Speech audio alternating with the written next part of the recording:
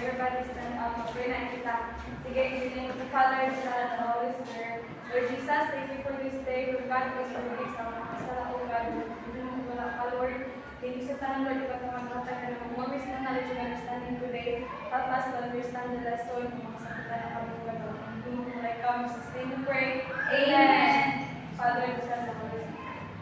Okay. Good morning, everyone. May good morning for today.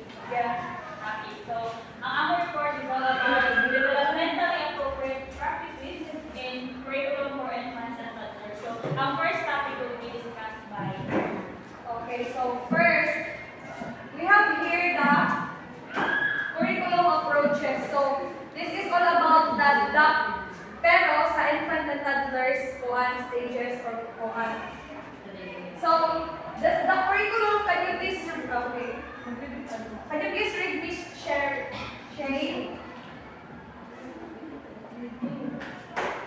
The curriculum consists of the plans for learning experiences through which children acquire knowledge, skills, abilities, and understanding. In developmentally appropriate practices, the curriculum helps young children achieve goals that are meaningful because they are culturally and linguistically responsive and developmentally and educationally significant. Okay, so here in the curriculum approaches about DAP, it defines the developmentally appropriate practice as a methods that promote each child's optimal development o ang ila sa mga learning through the strength-based, mga play-based approach to joyful engaged learning. So, ano yan siya ang coverage sa curriculum approaches ng DAP. Sunod next. So, here next we will see the following key factors that will take you together to describe the curriculum planning that is developmentally appropriate para sa mga bata or sa students from birth through the primary grades. So, magsugod sa birth ang mga disugan, mga key factors hangtod sa primary grades. So, letter A, can you please read Ms. Ginevra? And these are goals that are important for young children's development, learning in general, and culturally and linguistically responsive to children in particular have been identified and clearly articulated. Okay, so here, makita na itong mga desired goals na importante na makuhaan sa age appropriate ng mga bata. So first, educators consider what children are expected to know, understand, and be able to do when they leave the setting. So, syempre, you as an educator or ikaw na teacher or facilitator sa mga bata, dapat you need to consider kung ano yung mga kuhaan sa children na mag-expect kung ano yung dapat ikuan na age appropriate sa bata, kung nila ma-understand, kung nila kailangan buon before mo leave sa setting na ilang ikuanan. Next, number 2, can you please read Prince? Okay, number 2, educators are truly familiar with state early learning standards or autonomy. Also, syempre, number 2, dapat ang educator is familiar siya sa mga early learning standards or other mandate na subo sa DAP or appropriate sa developmentally approaches ng bata. Next, number 3, Miss Cherry, number 3. Number 3, educators and administrators establish and regularly update goals with input from all stakeholders, including families. Okay, so here you will see that educators will know is they will need to update the establish and regularly update goals sa kung ano yung mga stakeholders sa ilang family sa kwan sa bata. Next, letter B. The program has a comprehensive, effective curriculum that targets the identified goals across all domains of development and subject area. Okay, thank you, Ms. Giselle. So number 1, kung ano yung mga target ng program is, number 1, can you please read this, Erica? Whether or not educators participated in the development of the curriculum, they familiarize themselves with it and consider its comprehensiveness in addressing all important goals. Okay, so thank you, Ms. Erica. So here, we will see that when the program uses published curriculum products, so the selected products are developmentally, culturally, and linguistically responsive for the children, serve and provide flexibility for educators. So kung ano i-serve or ano i-kuhan namin na program, so dapat So if educators develop the curriculum themselves, they make certain targets, identify learning goals, and applicable early learning standards. So yun siya dapat. Number 4, letter C. Miss Romichelle, can you please read? Educators use the curriculum framework in their planning to make sure there is ample attention to important learning goals and to enhance the coherence of the overall experience for children. Okay, thank you, Miss Romichelle. So here, the educators are familiar with the understandings and skills in each domain, which is ang mga domain is ang physical, o ano pa, social, emotional, mga linguistic, o cognitive. So, amoy siya ang mga key for children in their group. Amoy na mga kuha. Next, number 2 is, Miss Lindy, can you please read? In their planning and follow Laban to na. educate towards this curriculum frameworks along with what they know from their observation, documentation, and other assessment about the children's knowledge, interests, progress, and language, and learning needs. Okay, thank you, Miss Lindy. So, Madi, makita na ito na in determining the sequence and pace of learning experiences, so, ang educator, they need to consider the learning progression of the children, so which typically follow, ma-include na ang sequences ng skills o concept na ma-develop sa bata. Next, sa letter D, kita kami please read Mr. Briggs. Educators make meaningful connections. Apparently, the learning experience they provide each child. Okay, so educators make meaningful connections. So dapat ang educator may nakuha na they will nasa priority in the learning experience they provide sa children.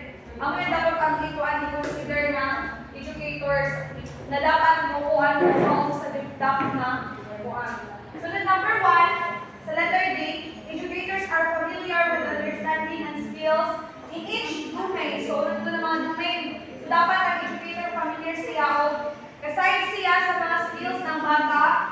So, ang mga physical, social, emotional, ano pa, linguistic, and cognitive skills ng bata. So, amin ito ang key for children in their group. Amin ito mga kuha na.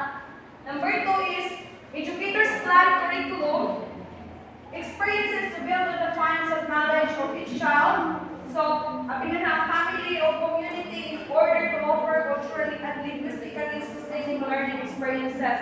So, ang dapat ang ikuan ang i-consider ni teacher.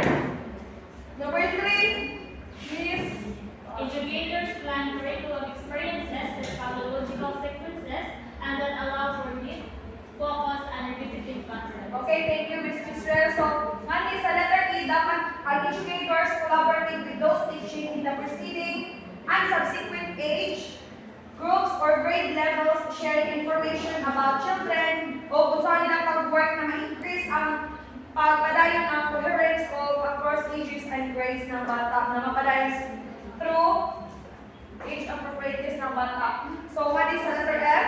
So, although it will vary across the age span, a planned and written curriculum is in place for all age groups. So, may lagi na ano kayo age 1 na written curriculum in all age groups. So, next.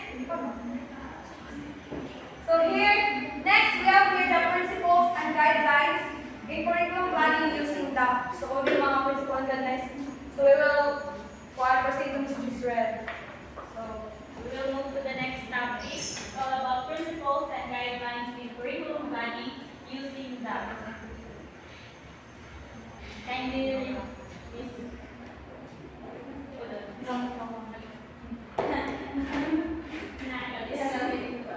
Nights, guidelines, and recommendation for developmentally appropriate practice are based on the following 9 principles and clarifications for early childhood education professional practice. So, ini nga po, i-present ko man is ang principles pa siya. So, ang first principle is number 1. So, the first principle is the development and learning or dynamic process that reflects the complex interplay between a child's biological characteristics and the environment. So, each shaping the other as well as patterns. So, mali, ipasabot na, diba, may unod na ang mga first years ng bata is importante ang crucial sa ilang development. Kinahanglan, di ko ano yung isa, first principle na ang adults, ang teachers, or ang ilang mga tao na kapalibot sa bata is kinahanglan responsive sila sa child kaya para makakano yung sila makatabang sa pag-shape kung ano yung ng bata ba, kung ano yung attitude, kung ano siya kay laong pa nga din na yan yung instances na for example, really responsive ang environment or ang mga tao sa environment, tendency na ang bata is mag-approve siya. So, kinahanglan, as adults, kinahanglan na responsive kita sa bata. And then next is Mr. Green. Number 2, all domains of child development, physical development, cognitive development, social and emotional development, and linguistic development, including bilingual or multilingual development, as well as approaches to learning are important. Each domain both supports and is supported by the others. So, diba, ato pa na yung all domains of child development. So, kinahanglan, as an educator, yung magbuan ka ng mga activities or mga appropriate na practices na suited sa bata kay para dili dalaw na ang isa na domain ang yung makita pa tayo yung dili tanan yung sila na domain. So kinahanglan na ikaw as educator mag-plan ka ng mga activities na yaon sila tanan all domains ma-develop yung for example as physical, ma-develop yung physical development, yung cognitive, yung social, tanan aspect. Next is Miss Rochelle.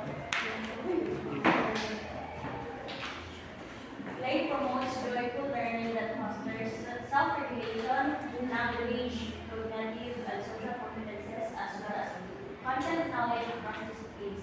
Play is essential for all children birth to age. So, mali, sa principle, ikatulad ng principle is, di ko alam ang importance ng kung ano ang importante ang play. Tapos may mo na ang children is, kung ano kayo, mga nature na nila na magtuwa, ako na sila na mag-explore sila. So, kailangan nila, children, nakalabag sila ng time para maka-play. And that way, dili daw ang fine motor or gross motor nila ang ma-enhance, pati na sa pag-ilang cognitive. Kaya di ba, pag mag-play kayo, gana na sa mag-communicate, gana na sa sila ma-enhance ang ilang pag-communication, ang yung problem solving nila. Kaya di ba, daghan kasi ng play na paano sa bata. Kailangan nila mo kayo is yung susit nila, dili kailangan na So, next. Number 4, Jerry. All the general progressions of developmental learning can be identified, related to cultural contexts, experiences, and individual differences must be considered. So, ang mali is yan an example of, for example, yun siya na principle. For example, in some cultures, children may be encouraged to satisfy their growing curiosity by moving independently to explore environment. In other cultures, children may be socialized to seek answers to queries within structured activities created for them by adults. So, as future educators, kinahanglan aware kita na di ba bata kay they came from different cultures. Tapos there are children na mas gusto nila or mas maka-learn sila if mo-explore sila, like magtanong-tanong sila sa environment. But there are some children na kinahanglan nila, hindi sila gusto, instead na mag-explore sila, murag need nila ng guidance ng adult na may baka maglaong sa ila, may nana, mag-inform sa ila, murag need nila ng ina. So, kinahanglan kita as an teacher, kinahanglan, aware kita yung siya na since, dahil sa or i-consider ang differences. Yung ng bata, dahil sila, basta dahil sila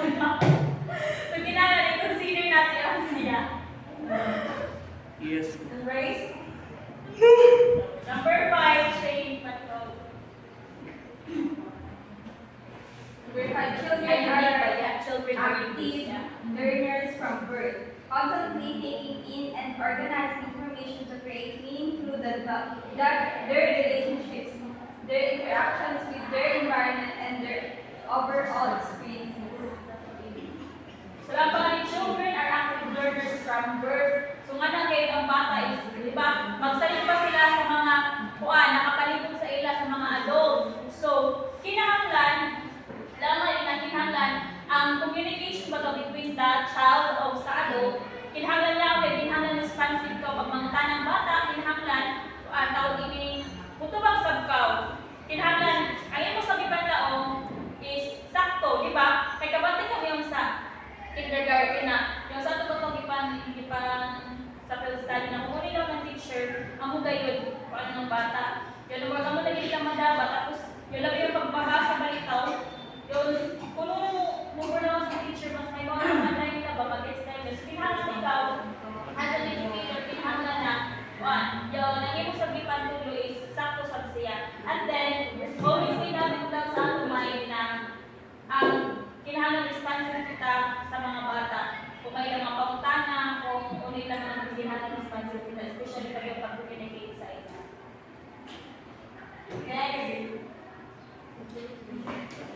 Next. This motivation to learn is increased in their learning environment, fosters their sense of belonging, purpose, and agency.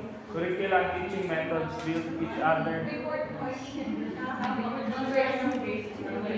Curricular teaching methods build on each other's child assets by connecting their experiences in the school, ordinary environment to their home and community settings.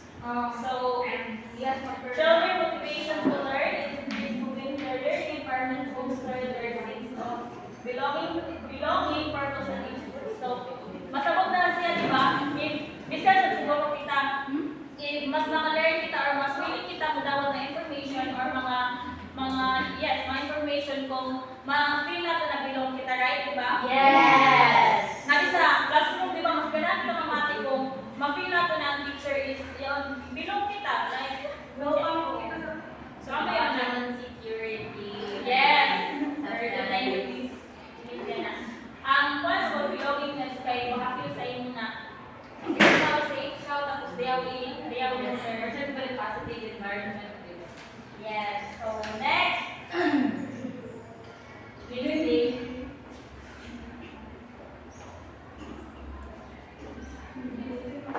Children learn in the integrated fashion that goes across academic disciplines or subject areas because the foundation of subject area knowledge are established in early childhood educators. Need subject area knowledge and understanding of the learning progression within each subject area and pedagogical knowledge about teaching in the subject areas. So, di ba yung saying na you cannot give what you don't have? Yeah. So, kinahanglan ikaw sa teacher. What if kung gihalan Ito, marag na dito. Di ba? Kaya, as a teacher, kinahanglan kayo, knowledgeable ka kayo, hindi kailangan na nakaplan na talang bang imo ko yung ipan-teach sa bata, kay hindi yung binitsuhan na malitaw, kay if knowledgeable ka, mas mahatag yung imo best, mas malalim ka mo teach sa imong mga bata. Kinahanglan, ginagawa sa bali na pag mag-teach ka pa dito, di ba? Always na yung ipapansasa ng ating mga teachers na, for example, dili kailangan math sila, kinahanglan math na kayo ang focus. Pwede sa mga mag-interpret ng lain na subject. So, number 8. Sharing. Development and learning advance when children are challenged to achieve at a level just beyond their current capacity, and then they have many opportunities to reflect on and practice newly acquired skills. So, ini number 8, paano sa binisya sa ato, di ba? Paano na?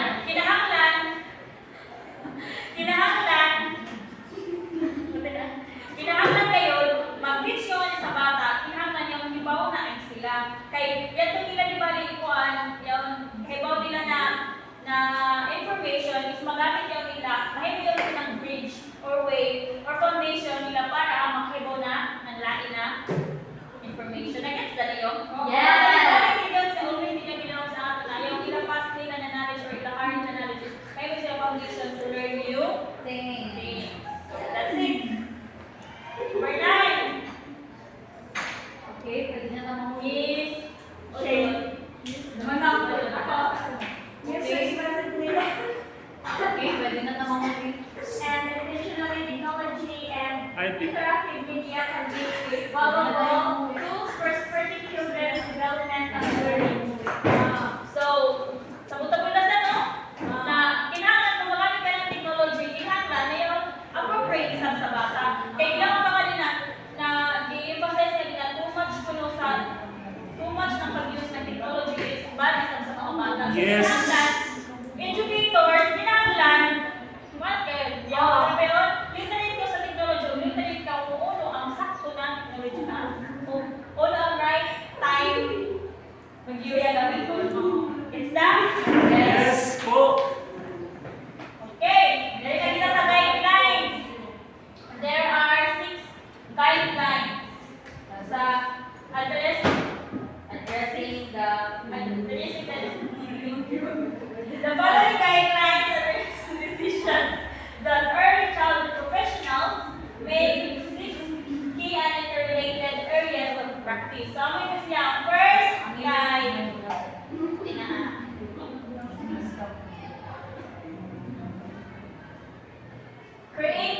Creating a caring, equitable community of learners.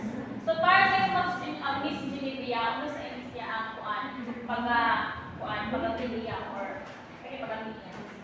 creating a caring, equitable community of learning. Of course, not the learning na community siya. There's a community but within the classroom. So, it means na inside the classroom, of course, we have to create na parang too inclusive. Kung siya ginapawitan niya is inclusive. So, dapat, hindi siya rin nun na ay favor, na bias. So, dapat, every learner is nasa lang madawag na Same treatment. same treatment, same kind of opportunity sa mga learners. Exactly. Thank you. Educators demonstrate their valuing and respect for each child in different ways. First is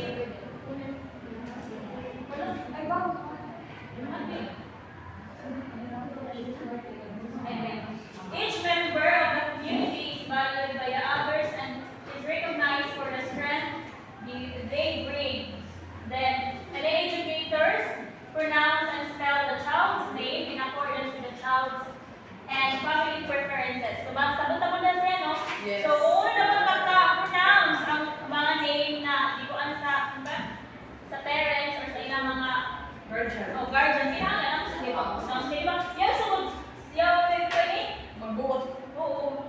So, kita sa educators kay iba, yung dahil is spelling kay Ella, pero ang spelling kay Y, tapos N-A, or Dan, dito na ang mga ang estudyante D-A-N-N ngayon. So, dili ka magbuot na dapat one day on isa lang ang N, kaya may sakto na pagka-spelling. Then, number 2, educators knowledge and accept the family composition that each family defines. Number 3, educators demonstrate ongoing interest in each child's unique knowledge, skills, and cultural and linguistic experiences, and recognize this as assets for learning. So, kailangan as educators, kailangan open ka ngayon sa bata or sa mga interest ng bata, sa ilang background and everything. Kailangan na open ka. And then, next, pag-ibasa na ay tayo. Relationships are nurtured with each child and educators facilitate the development of positive relationship in the children. Pak na pak. So, para sa iyo, masabot na sa iyo na kailangan as educator, dahil dapat yung positive relationship niyo between sa iyo, estudyante. Okay. Unang mas lampay na mas ganahan mo so or mo attend na sa pag-explain ang bata yung ang makita ba tayo sa picture na ganahan siya, tapos makita niya na positive ang picture, positive ang environment na iyan ikuanan. Yes. I agree. Number, let's say, nickname. Each member.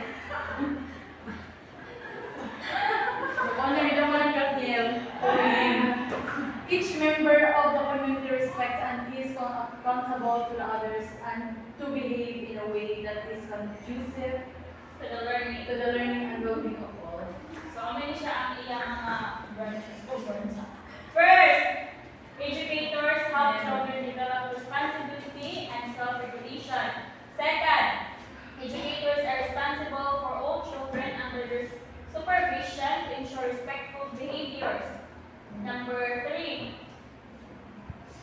educators set clear and reasonable limits on children's behavior, find ways to effectively communicate those limits to all children and apply them consistently. So, kung as an educator, di ba, kung sa kita yun, nang paano kita ang itawag na second parent ng bata. So, kinahanglan, ang ginagawa ng bata how to behave, ng sakto, kinahanglan sa kaya consistent na natin pag paano dapat inana. Tapos kung may naman na maliho na mga mali, kinahanglan na kita mo yung mga pangalan mo. Hindi natin sila lang nakban na dahil kundi, kung ano na to sila, tabangan na to sila para ma-maintain nila yung good behavior. Yes, I agree. Number 4, educators listen to and acknowledge children's feelings, including frustration, using words as well as nonverbal communication techniques. Educators themselves demonstrate high levels of responsibility and self-regulation in their interaction with other adults, colleagues, family members, and with children. So, kung as educators, kinahanglan, ito kita mo acknowledge ng feelings ng bata. Right? Hindi kilaw na, di ba usay ba kilaw na, kabutihan mo sa'yo. So, kinahanglan as educator, kuhaan sa kayo, makaunod naman, kinahanglan i-acknowledge natin kung hindi na Especially kung nasuko sila bata sila dapat yung mga I know na nasuko ka. Pero kung sa iyo, kung sa, mag-observe pa rin ka sa kuhaan, di ba, like, yung ganito man tayo na, dahil, sure, dahil lang si kuhaan, basta may sabi yun, kasi yung, kawihan na sa kanya. Yan, wala akong programs nakakami na siguro kailangan yung teacher, pero pinangat kita, kung may mo kayo, ato yun, i-acknowledge ang feelings sa kabata. And then, pinangat, i-acknowledge na ako, demonstrate kita ng high levels of responsibility and self-regulation in their interaction with other adults and children. Yes. Letter D, sharing. The physical environment protects the health and safety of the learning community members and it specifically supports young children's physiology needs for play activities, sensory stimulation, fresh air, rest, and nourishment. So, ang iningali is nandito na din ang safety o security ng bata. So, pinahanglan, as an educator, kung inside man or outside, pinahanglan natin kayo, kung anan, pwede? Yung, pinahanglan na, doon, kung ano kita, maprotektahan nato, pati sa health ng bata, and then, lagi sa inside or outside ng classroom, pinahanglan, ang safety and security ng bata, pinahanglan ang ligaran. Unang na. Next! Ikaw sa shame kami for that word. Every effort is made to help each and every member of the community feels psychological, safe, and able to focus on the learning. The overall social and emotional climate is welcoming and positive. So, bali siya yun, belong na siya sa letter A. First, number 1, educators monitor interaction ng community members, administrators, educators, family, children, as well as their overall experiences, striving to make sure that participants feel secure, relaxed, and comfortable rather than disengaged, frightened, worried, or unduly stressed. So, as an educator, di ka kami kung ang mga bata dahil ang actually primary na wala ng safety and security ang mga bata. Pero, kinahanglan sab na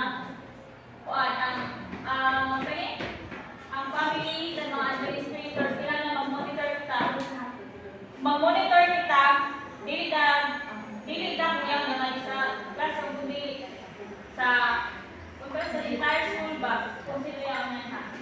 Kinahanglan ma-feel ng kuan, ng children, ng family, o tanan sa imo colleagues na safe ang school or ang community naman sa school.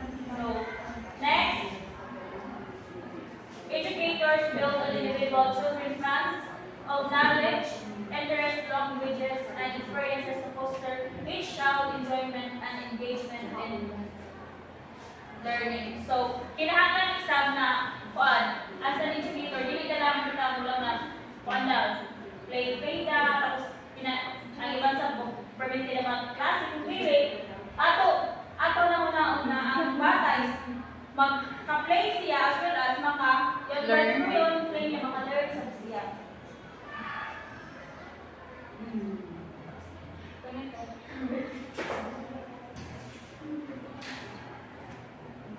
Educators ensure the environment is organized in a way that supports play and learning and that creates a positive environment.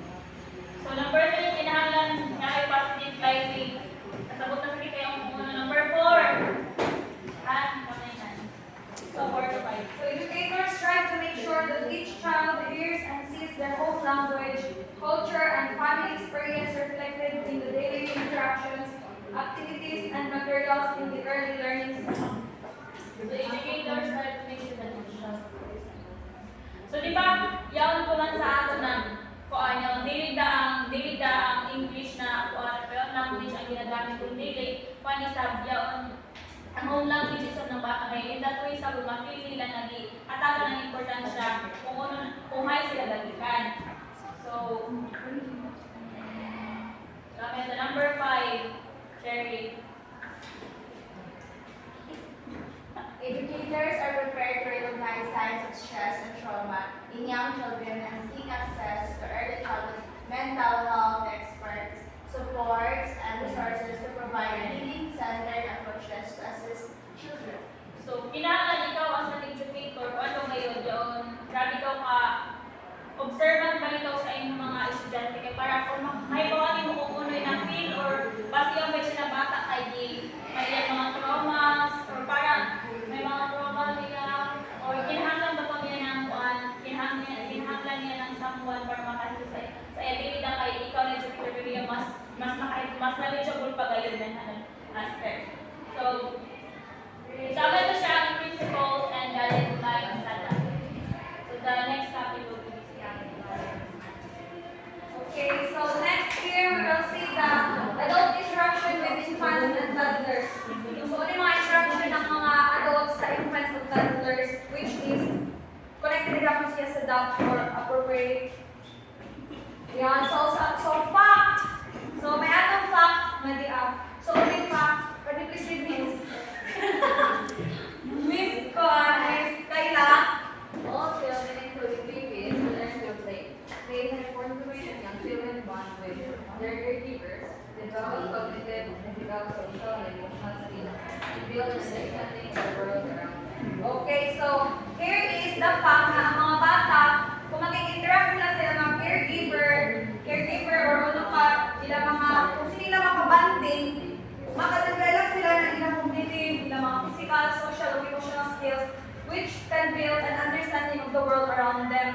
So, on the pilot, may plays an important role sa mga bata. So, kung yung mga kwan na coverage, so regularly, touching and talking and responding to your child's sounds and needs will solidify the bond between you and your child. So, pinaagi na sa pag-talking, mag-talk ka sa bata or sa mga infants, and toddlers, touching, ano pa, responding sa mga sounds ng baby. So, may bond na na iyong ano pa ini? Oo, iyong ma-create sa bata or sa child, or ano pa, look your baby in the eyes, mag-eye to eye ka sa mga baby or sa mga bata. Ano pa, sing songs to them, yung sila kanta-kantahan, mag-interact with them regularly through play activities. So, may iyong bond na makikabog sa bata. Ang itawag na interaction with the infants and toddlers. So, may iyong interaction na makikabog sa bata. Ano pa, number 2, a simple game of peekaboo. Nakuha na kami ang ang bata peekaboo, peekaboo. So, Yeah. yung anak, ma-interaction na mahitabo sa mga bata. Ano pa? Not only leaves your baby giggling and smiling, dili na makakuha ng bata na magigil-gigil or magkatawa. Ang bata pa, it also provides a chance for children to make eye contact with their caregiver. So, yun makita na ang baby makita eye contact sa nag-alala sa iya, practice their arm and head movement. So, kisil-kisil, di ba ang bata, basta yung duwa ng pikabo-pikabo. So, may close open, mas makakaani mo. Tapos, and learn that if a person or object disappears from their view, it still exists somewhere else. So, makita na bata kung ay kawal na sa keep track of your child's development by using a milestone checklist. So, pwede sabihin mo i-track kung ano na development ang imong bata kung magamit ka ng mga developmental milestone checklist. Next, another fact, can you please read this, Odod? Starting from birth, meaningful play experiences help your child build background knowledge, imagination, and rational thought that enables academic skill development. In fact, play is the primary way your child uses language and math concepts. Okay, so thank you. So starting from birth, so there are meaningful experiences na nakuhaan. So pwede, as an infant or as an infant or toddler, your child is taking in new sights. So, syempre may mga new na makuhaan ng bata sa ulo pa, may sounds, mga smells and sensations na iya makuhaan. So, broaden your child's horizon by taking a stroll through nature. So, pwede sa inspirasyon mo baby sa nature, kaya para gawas ng house, inubuan mo para maka-interact siya ng mga different na mga tao, or ano pa, makakita siya ng mga new sights, makadungog ng mga sounds, or makasimbol siya ng mga laylay na baho or sensation na iya makuhaan. So, para maka-feel siya during the journey ng different experiences, so this maka-expose siya sa baby or new vocabulary na makuhaan. So, next na sub is relationship with families. So here, makita na ito yung relationship na bata sa family. So, letter A, educators take responsibility for establishing respectful, reciprocal relationships with and among families. So, syempre si teacher is dapat may responsibility na mag-establish ng respectful na relationship sa family ng bata. Letter B, educators work in collaborative partnership with family. Siyempre, si teacher naging collaboratively work sa family ng bata, seeking and maintaining regular, frequent two-way communication with them. Diba, ginabalik-balik na ini sa mga past topics na dapat si teacher is approachable, hindi na sa students or episodes sa family. And then, next, letter C, educators welcome family members in the setting and create multiple opportunities for family participation. So, teacher dapat may multiple opportunities na kahatag sa family na mga bata. Letter D, educators acknowledge a family's choices and goals for their child and respond with sensitivity and respect to those preferences and concerns. So, yung dapat si teachers, letter A, educators and the family share with each other with their knowledge. Sige na pala ito ako. Okay, so learning as part of day-to-day and other forms of communication together. So here, next we will proceed to Ms. Cristel.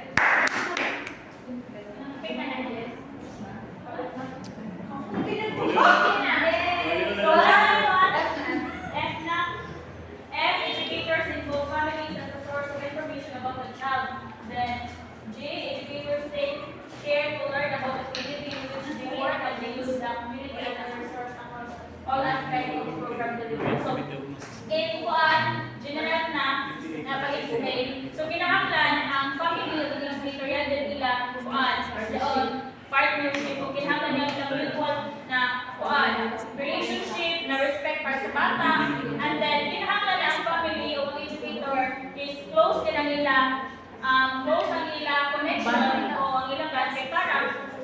Development's main goal is